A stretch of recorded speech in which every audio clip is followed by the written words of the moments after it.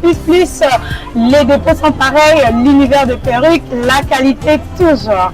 Ba mama boyokilanga eloko oyo solution pour na ba problème na bino etali ba perruque ya qualité yango oyo Kabelo plus et tient à disposition et ba grande dame ya bi province ya Kinshasa to pe ya Congo ba perruque ya qualité na bon prix question ya kotia bino à l'aise na ningi ya kosakana te Kabelo plus abosali ba commerçant te pamba te atie mobange na promotion donc soki olingo so ma perruque en gros to pe en détail yaka na lombango awa na Kabelo plus.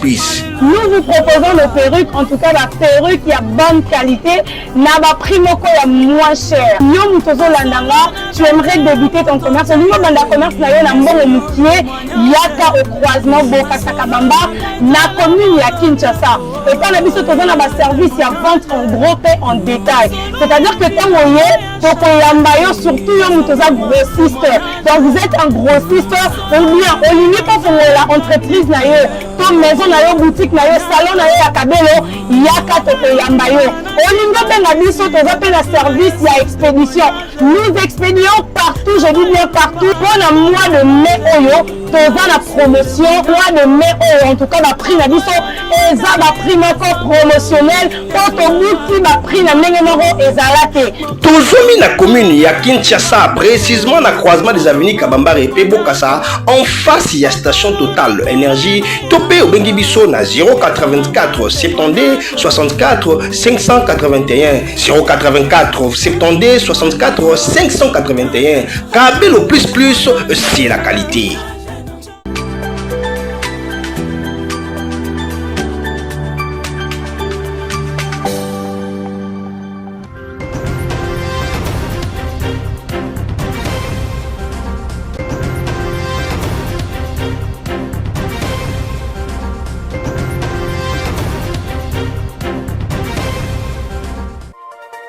Lancement de travaux du projet pour la stabilisation de l'Est de la République démocratique du Congo pour la paix par la ministre des Affaires sociales, Actions humanitaires et Solidarité nationale, Nathalie Azizamounana.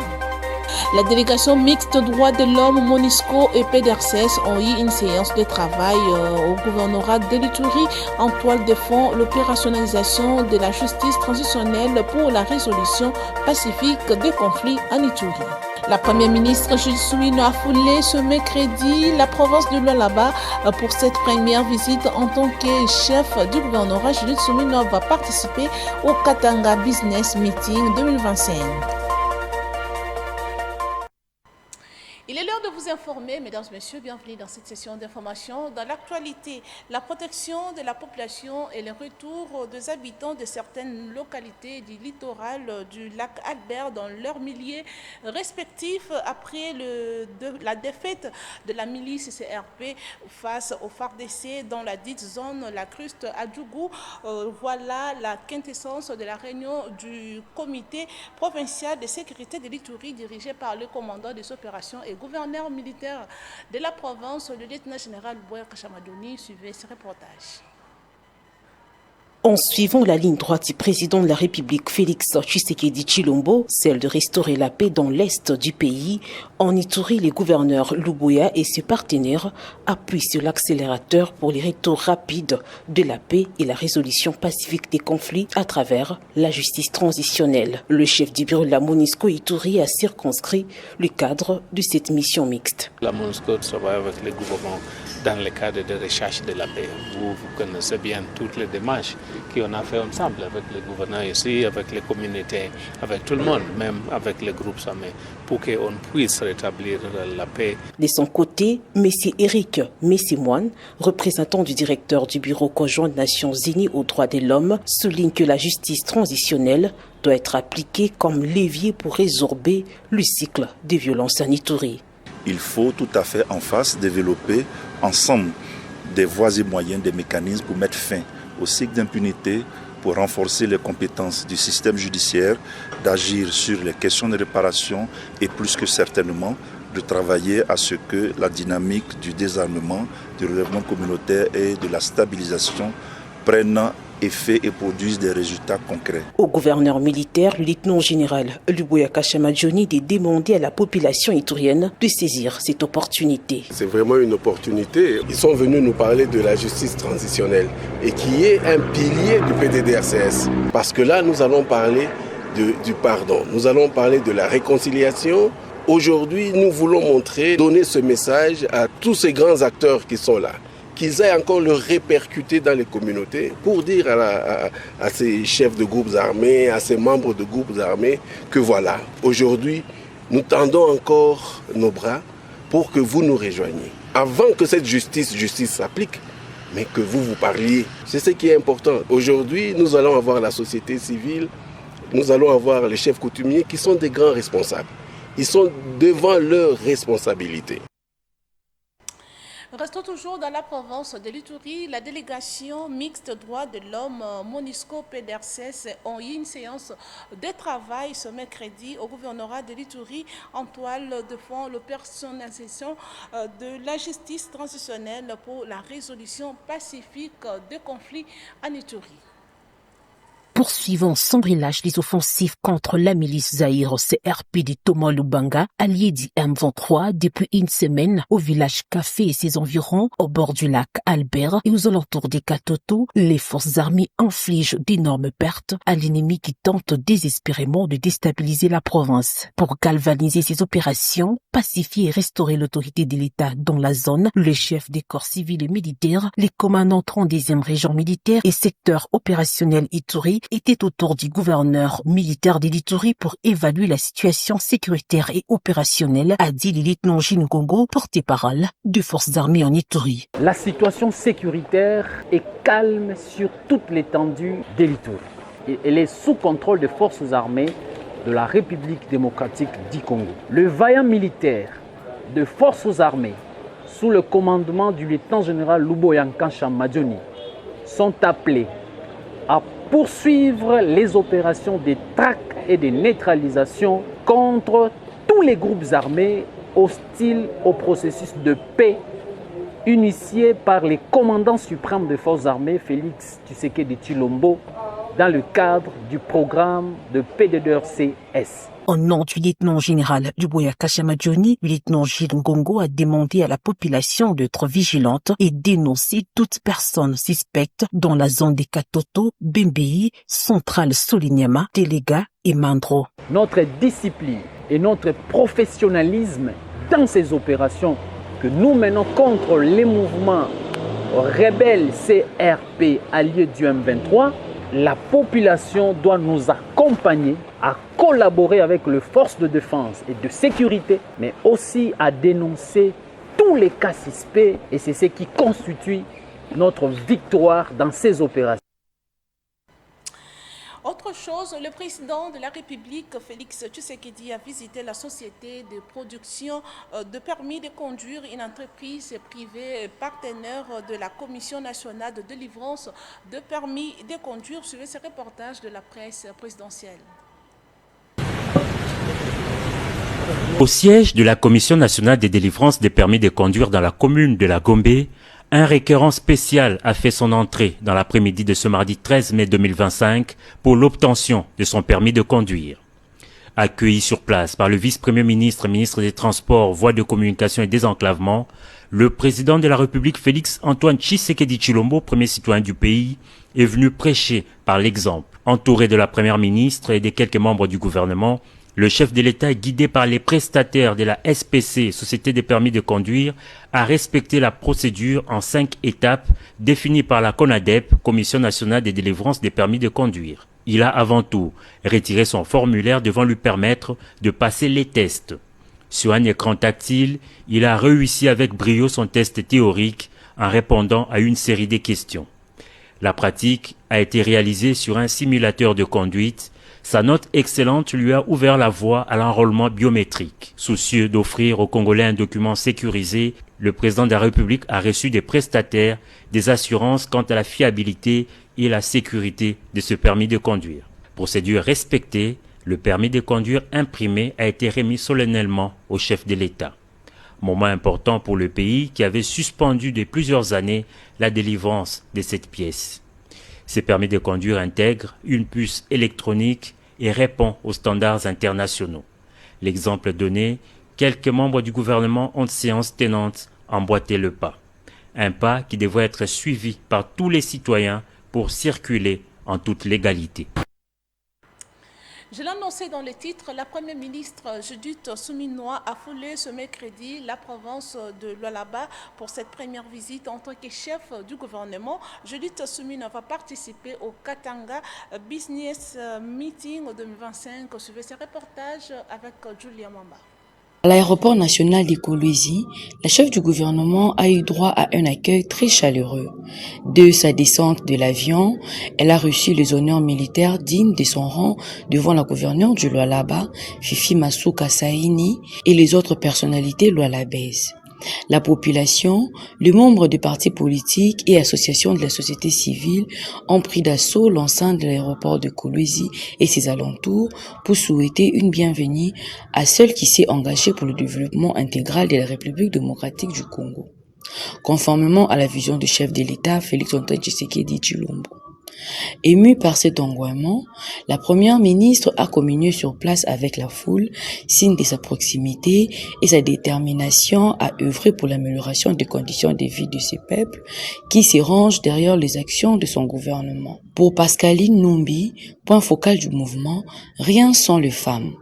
Une structure de la société civile, cette visite de la première ministre est une preuve de son implication à œuvrer aussi pour l'exécution des différents projets nationaux en faveur de Lualaba.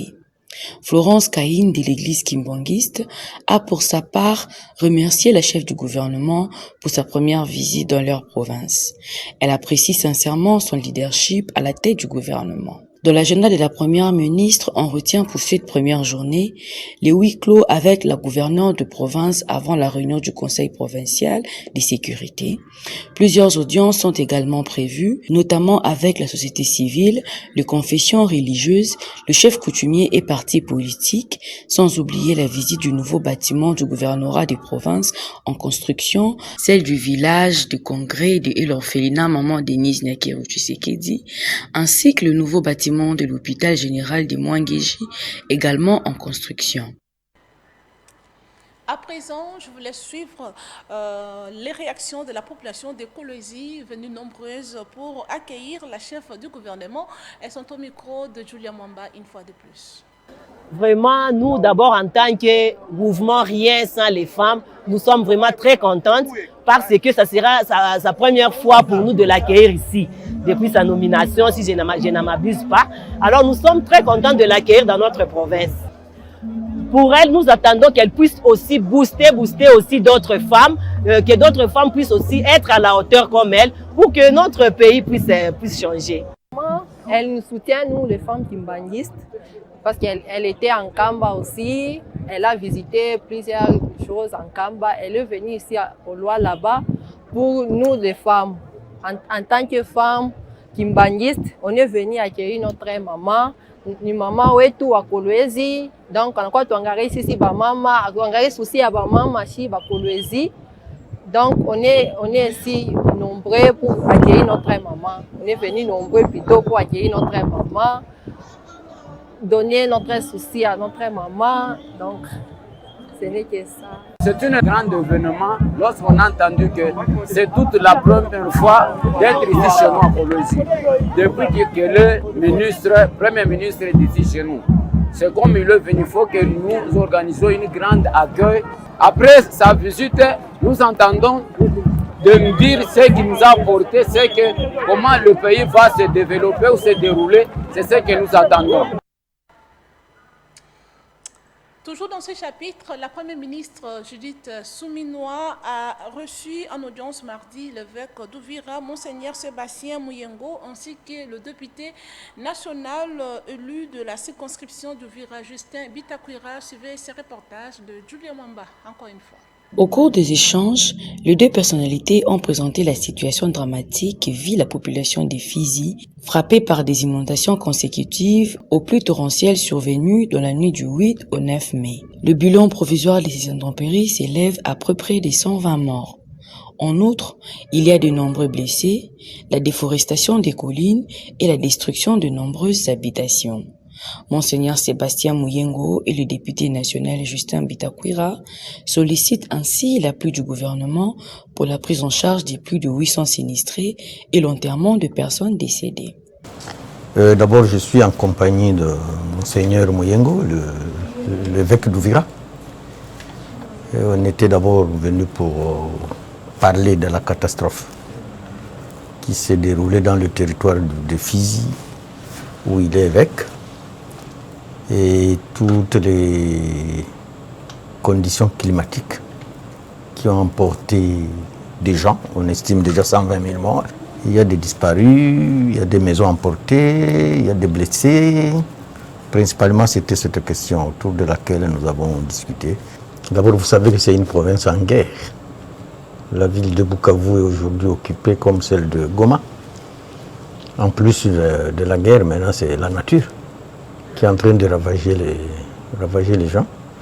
Elle a promis l'appui du gouvernement, peut-être en 1, 2 ou 3 étapes, mais quand même, elle est consciente de la situation. Et nous espérons qu'il y aura accompagnement, il y aura appui. C'est à l'évêque qui bientôt va descendre sur le terrain qui peut me compléter à ce sujet. Pour sa part, la chef du gouvernement, qui suit de près l'évolution de cette situation, a garanti l'accompagnement de son gouvernement en vue de trouver des solutions appropriées contre ces phénomènes climatiques. Les différents ministres concernés sont déjà instruits pour apporter cette réponse du gouvernement. À Kenge, chef-lieu de la province du Kwango, le vice-premier ministre en charge de l'intérieur, sécurité, décentralisation et affaires coutumières a lancé la campagne de la vulgarisation des textes légaux. Suivez ce reportage. En séjour dans la province du Kwango, le vice-premier ministre, ministre de l'Intérieur, Sécurité, Décentralisation et Affaires coutumières, Chabani Luko Biango Jacma, a officiellement lancé ce mardi 13 mai à Kenge, dans le Kwango, la campagne de vulgarisation des textes légaux relatifs à la création, organisation et au fonctionnement des comités locaux et provinciaux de sécurité. Ce lancement fait suite à un atelier de formation organisé du vendredi 9 au lundi 12 mai, centré sur la gouvernance sécuritaire à la base. Plusieurs autorités locales ont été formées par des experts venus de l'École nationale de la territoriale, de l'Agence nationale de renseignement, de la Direction générale des migrations, des experts de la police nationale congolaise, des forces armées de la République démocratique du Congo, du cabinet du vice-premier ministre et tant d'autres. Les comités locaux et provinciaux de sécurité doivent devenir des véritables cadres de prévention, d'alerte et de coordination. Les réunions doivent être régulières, inclusives et orientées vers des solutions concrètes. Le vice-premier ministre Chabani a mis un accent particulier sur l'implication active des populations dans la gouvernance sécuritaire, appelant les autorités provinciales à jouer pleinement leur rôle de coordination dans l'organisation de réunions de sécurité élargies. Mesdames et messieurs, membres du comité provincial de sécurité et des comités locaux de sécurité, vous constituez ici, avec la formation que vous avez reçue et les textes de loi qui vous ont été distribués, la base et le socle de la protection du territoire et de la sécurisation des personnes et de leurs biens dans la province du Kwango. D'un ministère à un autre, la ministre des Affaires sociales, Actions humanitaires et solidarité nationale, Nathalie Aziza Mounana, a lancé mardi les travaux du projet pour la stabilisation de l'Est de la République démocratique du Congo pour la paix. Suivez ce reportage. Ouverture ce mardi 13 mai 2025 de l'atelier de validation de la stratégie nationale de protection sociale non contributive pour la période 2025-2029. Cette importante activité organisée par le ministère que dirige Nathalie Aziza Mounana avec l'appui de la Banque mondiale à travers le projet pour la stabilisation et la paix à l'Est de la République, STEP 2, est une grande importance puisqu'il s'agit de valider en passant en revue avec toutes les parties prenantes le document de la stratégie nationale de protection sociale non contributive. Ce document, selon la ministre des Affaires sociales, va traduire des ambitions que fixe la RDC dans le secteur social pour les 5 prochaines années. Pour lutter contre la pauvreté et la vulnérabilité, des mesures de protection sociale d'une ampleur sans précédent ont été adoptées partout dans le monde et principalement en Afrique au cours des 10 dernières années.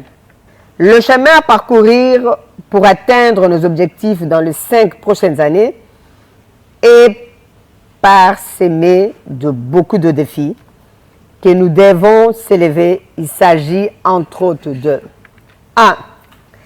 Traduire la volonté politique dans nos lois, programme du budget. 2. Renforcer les capacités institutionnelles du ministère des Affaires sociales, Action humanitaire et solidarité nationale pour améliorer la gouvernance dans ce secteur. Pour le directeur des opérations de la Banque mondiale en RDC, représenté par Ali Sano, cet atelier représente une étape clé dans la construction d'un système de protection sociale efficace et inclusif, essentiel pour répondre aux défis actuels et futurs de la République démocratique du Congo. Réinsertion de jeunes désœuvrés à Kinshasa et à travers la République, la ministre des Affaires sociales et Actions humanitaires, Nathalie Aziza Mounana, s'implique activement et collabore avec l'ONG G24 pour concrétiser ses projets. Suivez encore une fois ces reportages. Les jeunes désœuvrés privés d'activité pour des raisons matérielles ou psychologiques nécessitent un encadrement adapté et qui prend en compte les causes profondes de leur situation. C'est dans cette optique que la Fondation Jean-Marie Lokolassi G24, acteur majeur de l'inclusion sociale depuis 2006, sollicite un partenariat avec le ministère des Affaires sociales, Actions humanitaires et de la solidarité nationale. Engagée dans la lutte contre les violences urbaines et la réinsertion des jeunes vulnérables, la Fondation G24 met en place des actions concrètes pour offrir de véritables opportunités aux populations marginalisées en République démocratique du Congo. Cependant, Nathalie Aziza Mounana souligne un défi majeur, la crainte de voir une jeunesse désœuvreuse, souvent tentée par l'immigration ou la criminalité, grossir le rang des gangs urbains, notamment le Kuluna de Kinshasa. Nous avons un plan d'action sur l'autonomisation de la jeunesse féminine et masculine. Et il est question aujourd'hui d'un partenariat avec le ministère des Affaires sociales et humanitaires qui consistera à un échange d'expériences, un partage d'expériences, et dans le but simplement d'aider la jeunesse congolaise à se réinsérer, à pouvoir avoir les perspectives d'avenir et retrouver un emploi. Mais écoutez, déjà, nous avons été agréablement surpris de son expérience personnelle, son parcours personnel également. Et puis nous sortons satisfaits de cet entretien. Ces jeunes deviennent une cible privilégiée pour le mouvement criminel qui exploite leur précarité. Ces jeunes deviennent une cible privilégiée pour le mouvement criminel qui exploite leur précarité. Diction Moubimba, directeur général de la Fondation G24, a insisté sur la nécessité d'une réinsertion efficace. Bonne nouvelle pour les étudiants en médecine à l'université Reverend Kim. Les travaux de construction de l'aire clinique de cette alma mater avancent à grands pas. C'est un constat de notre équipe. Suivez.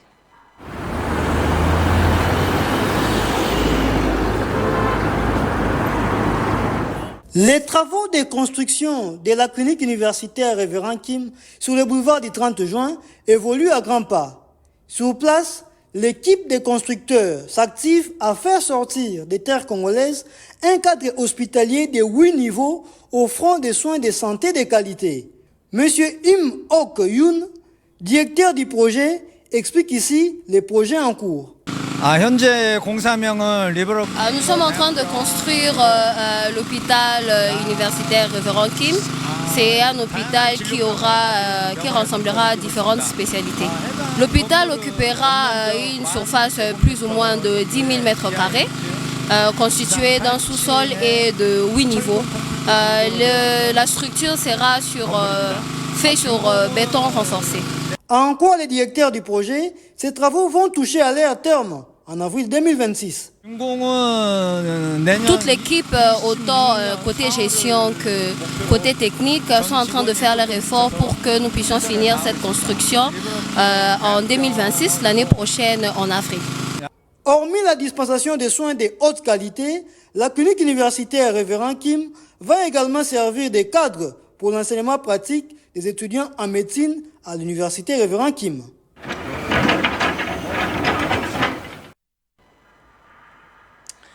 De grandes érosions sont en train d'engloutir le quartier Chibanda, communément appelé Kojelos Mbiti, dans la commune de Mongafola. Ainsi, plus de 69 maisons remportées.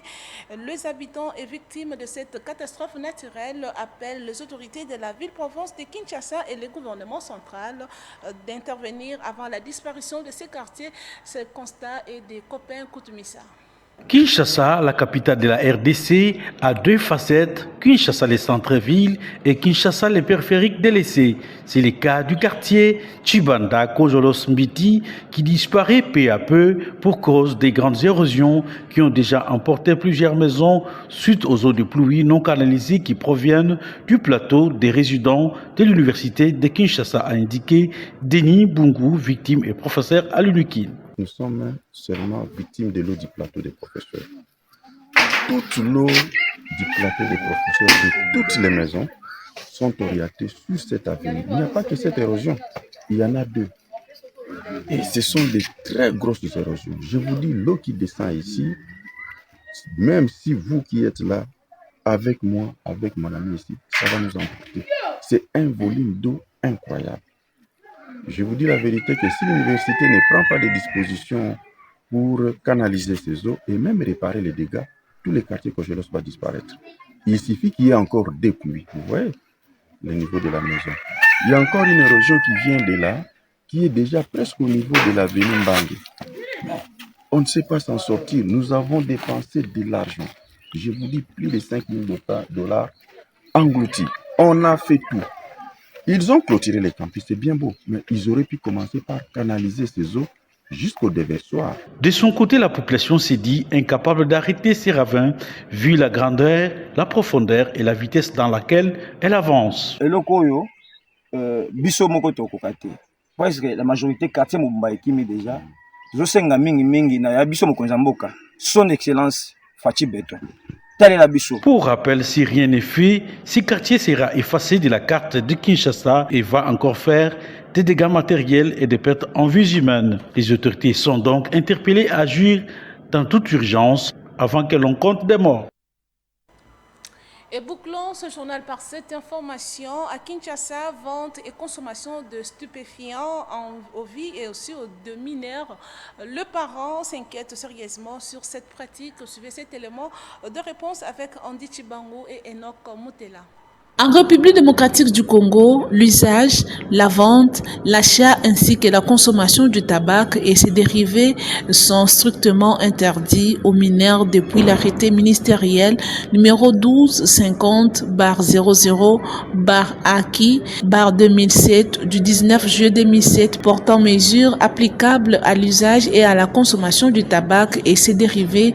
Dans son article 2, interdit à la vente aux mineurs et par le mineur.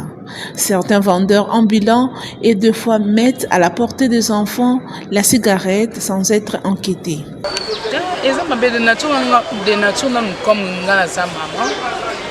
Donc, on peut tolérer ma ceux qui n'ont ni papa aux autres moi la cigarette en tout cas pour moi c'est normal.